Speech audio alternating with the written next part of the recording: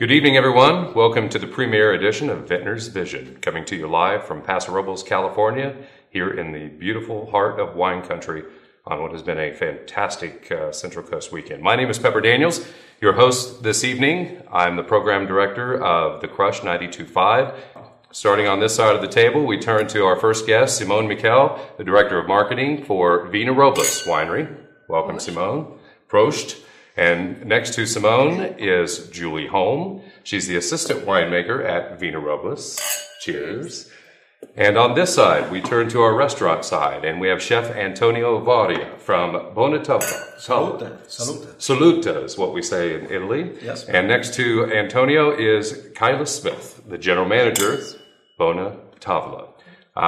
We've got a lot of great things for you tonight. We're on Twitter at twitter.com, Vintner's Vision, if you want to follow us there. Also, facebook.com/Vintner's Vision. And we'll be taking some phone calls a little bit later on in the program if you want to dial us up at 805-286-4746. Well, welcome, everyone.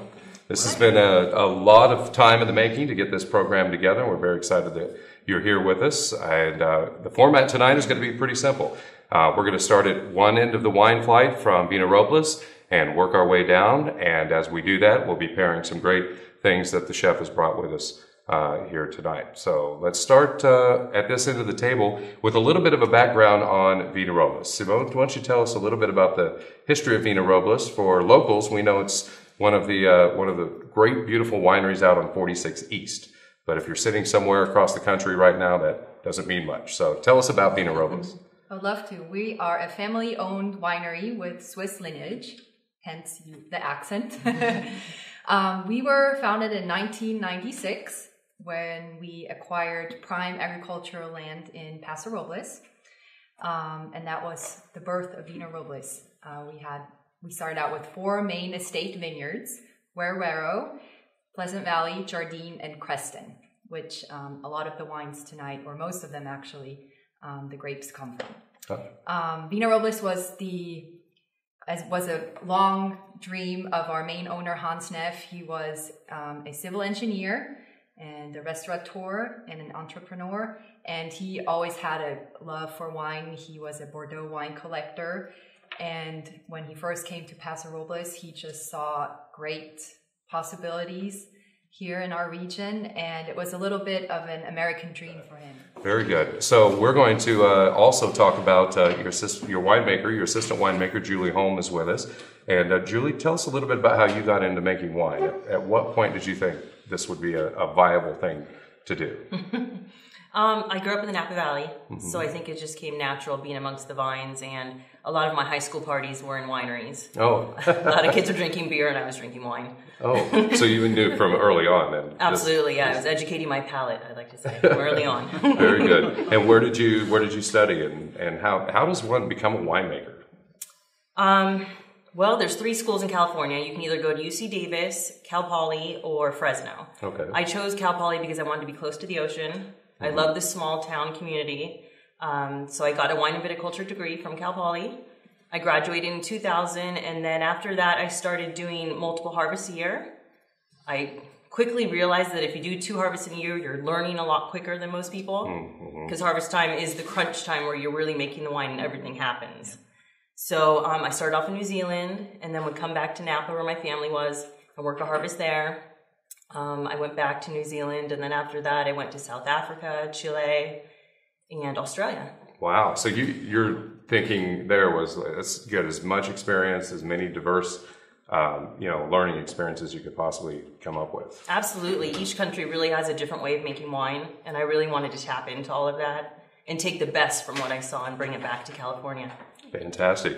And Chef Antonio Varia is with us. He's the owner and chef at Buona Tavola. Yes. Buona Tavola has been on the Central Coast 20 years. 20 years now. Yeah, it's going to be 20 years old the 6th of October.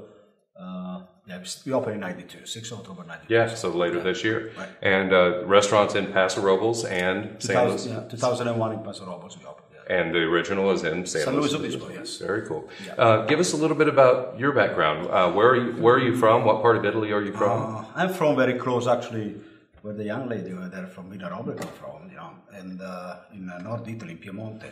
I came here in '87 and worked in LA for a little bit, learning about the business here in the States and like that, cooking in very good restaurants like Chianti Cucina, Locanda Veneta. And I want to get out of the big city, so I was driving up this way in California, and I like San Luis Obispo.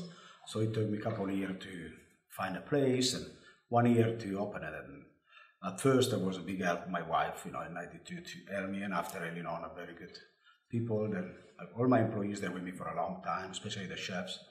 Pedro Flores is with me for 19 years. The other sous chef, 18, you know, so it's all like that. And great wait staff, great managers. Now, the last couple of years we have Keilah Smith, and like a sister, she's doing a great job for us. Did you know when you were young you wanted to be a chef growing up? I cook all my life. My father was a chef, my grandfather was a chef, my uncle was a waiter, and we all work in the restaurants pretty much. We just imagine that because you're Italian, you know how to cook. No, you had to learn. I must say, you know how to eat. Yeah. Because not really everybody, but you know how to eat. Like we are lucky enough. We were lucky enough to have like parents that cook for us. I never ate out growing up. Right, right. So it's not part of the culture. No, it's not. We, you know. So, but I enjoy cooking, so that is what I'm doing best. And we started a new venture, the Alesina salami. Also, we sell salami from North to South California. And small quantity, but organic. And that's great. We're going to talk more about the salami a little bit later on in the show. I want to know why America. Did you know you wanted to come to America? That can be taken a long time to explain, but it's, I always love the opportunity that the land gave you, the freedom in TV, you know, growing up with Rin Tin Tin, John Wayne, you know, the open spaces that you don't have anymore in Italy. That is what brought me here. Very, very cool. I love it. I feel like I was born here, so thank God.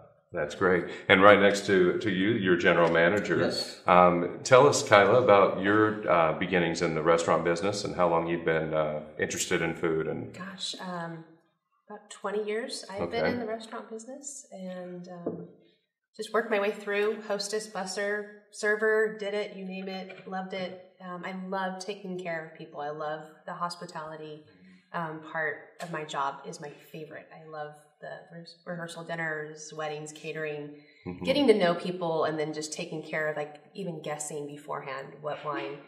You know, I have a couple guests that come in and just say, whatever you think tonight, we'll, you know, just put it together. And so I put together, and that's fun to match things up. I went to Cal Poly as well, and I have my degree actually in math, but I use that logic, I think, in problem solving. Well, it helps when it's time to pay the bill. It does. It does. But my husband's from Atascadero, so we stayed here in the Central Coast, and I've been here at Buona Tavola for 2 years almost, and loving every minute of it. It's great. Tell us about the restaurant. When people ask you, you know, what's it like? How's it different? You know, beyond that, it's an Italian restaurant. Having worked in chain restaurants, corporate and family owned is the way that I will only go from now on.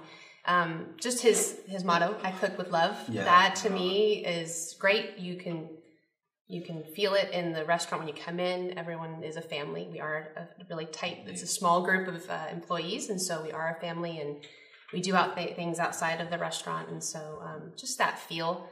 There's a comfort, and you know, we have a lot of regulars that really call it home, so it's nice. Excellent. And just one more question for you in terms of coming from northern Italy, then the restaurant reflects that in your style. Yeah, most of it, yes. For people who don't know the difference maybe between southern cuisine we and actually northern incorporate cuisine. Dishes from all the beautiful foods of Italy. We focus more on the north because it's where I come from, but I like to venture down to Campania, Lazio, Sicily, even like Puglia, great olives, you know, great olive oil in Puglia, Sicily, like you taking ideas, fish dishes like that. So we kind of go around everywhere because I work in restaurant in Italy, and when you work in restaurant, you don't just do regional, you just do everything. So I enjoy that, and I work in Sardinia, Tuscany, Venice area, so I took with me some of those ideas, and I go back often. So when I go there, I usually go around and get new ideas. You know? And it's fun. I'm just enjoying it.